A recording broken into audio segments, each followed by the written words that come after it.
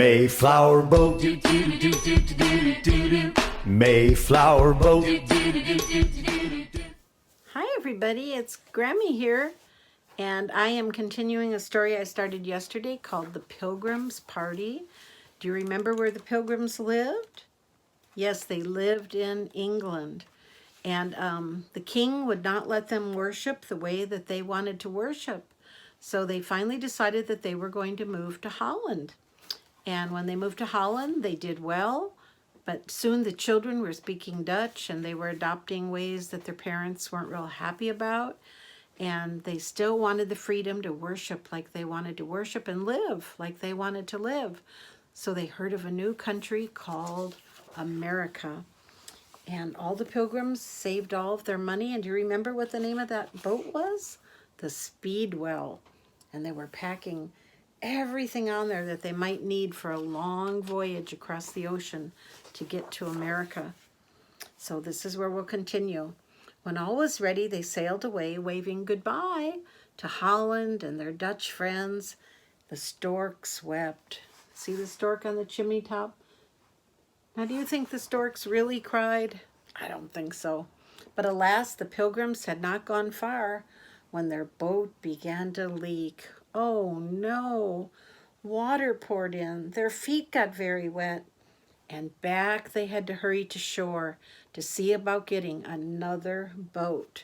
Now, do you think that would be very expensive for them? Yes, and I don't think they had a lot of money.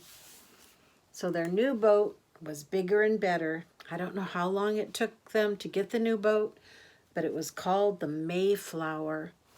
Once more, they set sail for America. They were really determined to find a new country. Out in the big wide ocean, the waves were sometimes as high as mountains.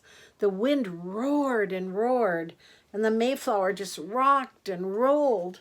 In fact, it was so rough, the sailors ordered the pilgrims to go down below. One little boy disobeyed, and he climbed on deck just as a giant wave hit the boat, and into the sea he fell. Oh my goodness. But he was lucky, as he was naughty. Seeing a rope from the ship floating in the water, he grabbed it and he cried for help. Help, help! The strong sailors pulled him out, and he was very wet and cold. For days and days they sailed and sailed. The pilgrims played all the games that they knew. They even made up some new ones just to entertain themselves. It was a long trip. One dark night, way out in the middle of the ocean, a baby boy was born. They named him Oceanus. The very next night, another boy was born, and he was named Peregrine. Their mothers were most surprised. 63 days went by. Now that's about a little bit over 2 months that they've been sailing on the Mayflower. The pilgrims were discouraged. Sailor after sailor climbed up the mast to look for land, and all they ever saw when they looked out, they just saw water. One morning, the smallest sailor on board was ordered to the lookout, and you know what he saw? Land! He was so excited he nearly fell to the deck. And while the pilgrims, on hearing the news, threw their hats in the air, and they yelled for joy. No beautiful hills like those of Scrooby greeted the pilgrims. Not a single house was in sight. Tall green pines and battered oaks lined the rocky shore. It was so different than the home they knew. Anchoring the Mayflower, the pilgrim fathers set out in a lifeboat to see if this place would do for their new home. It did not take them long to decide that with so much land in America, there must surely be something better than this. The next day was Monday. Pilgrim mothers loaded the lifeboat with tubs full of soiled clothing. There was no laundry on the Mayflower. That whole day was spent washing clothes by the side of the sea. And ever since then, Monday has been known as Wash Day in America. I can't imagine how much laundry they must have had.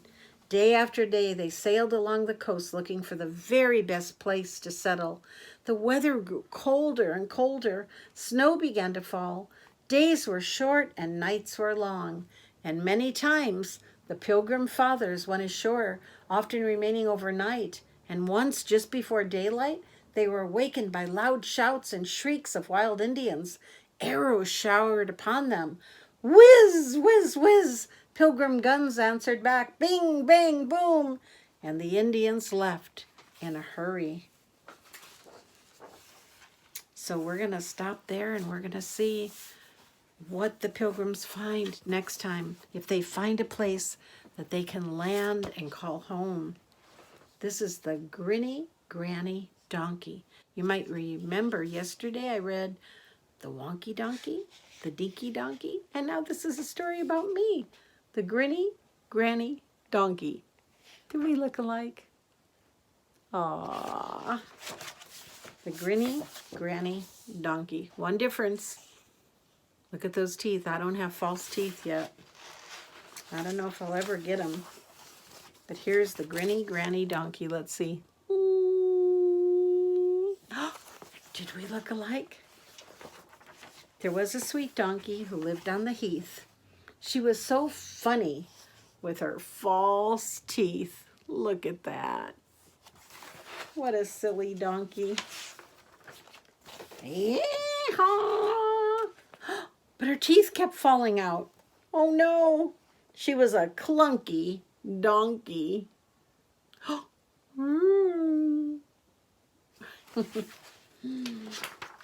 There was a sweet donkey who lived on the heath. She was so funny with her false teeth. Yee-haw! But her teeth kept falling out. She loved to sip her favorite brew and dunk her biscuits in it. She was a dunky, drinky, clunky donkey. I love the pictures in these stories. There was a sweet donkey who lived on the heath. She was so funny with her false teeth. Ee-haw! But her teeth kept falling out. She loved to sip her favorite brew and dunk her biscuits in it and fall asleep in the afternoon sun. She was a zonky, dunky, drinky, clunky donkey.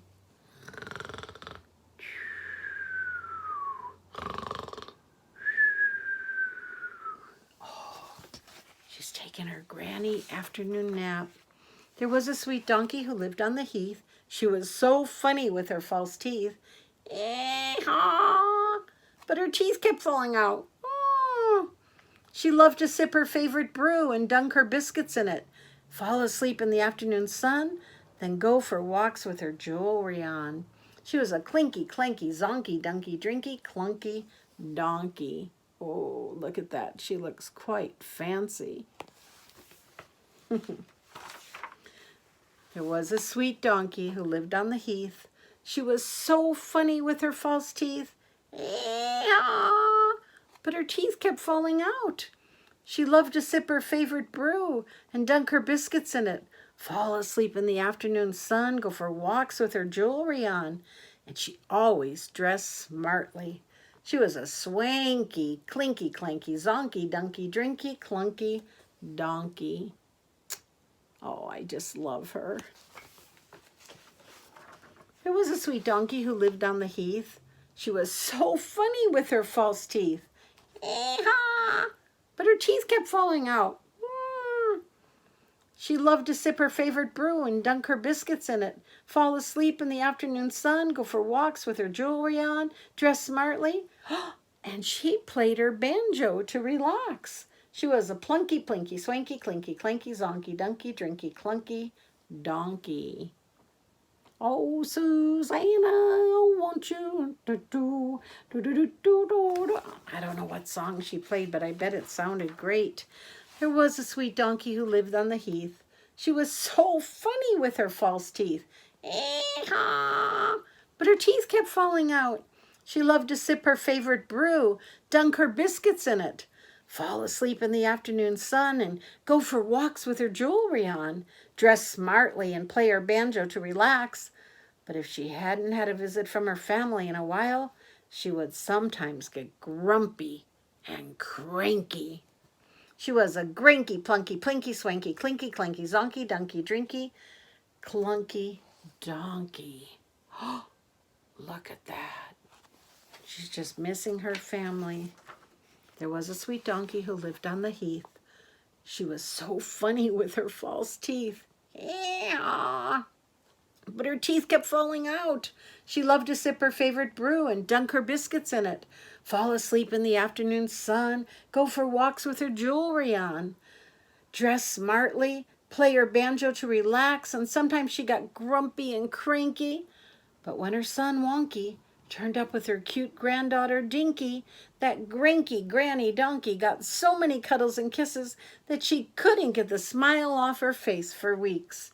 She was a grinny granny, plunky plinky, swanky clinky, clanky zonky, dunky drinky, clunky donkey. Oh, look at that grandma. I know just how she feels. Mwah. Oh, there was a grinny granny. She was a donkey who lived on the heath. She smiled so much you could see her false teeth. What a happy ending.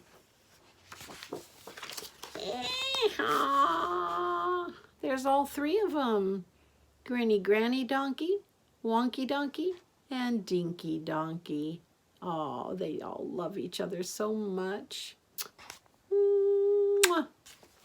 And I'm going to say goodnight to each of you.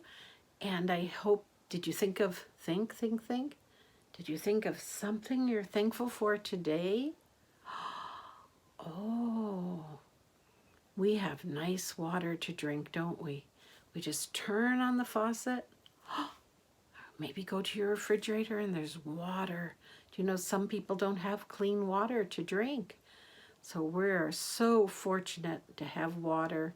Water to run in our bathtubs, water to wash our dishes, water just to wash our faces and take baths and play in.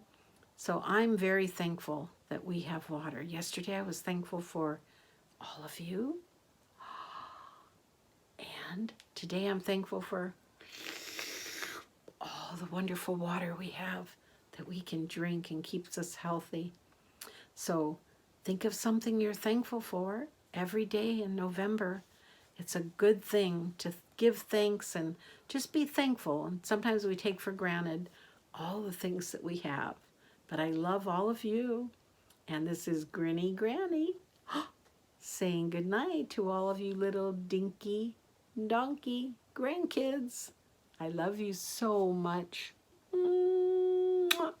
I can't find my pop's teeth. Good night. Amen.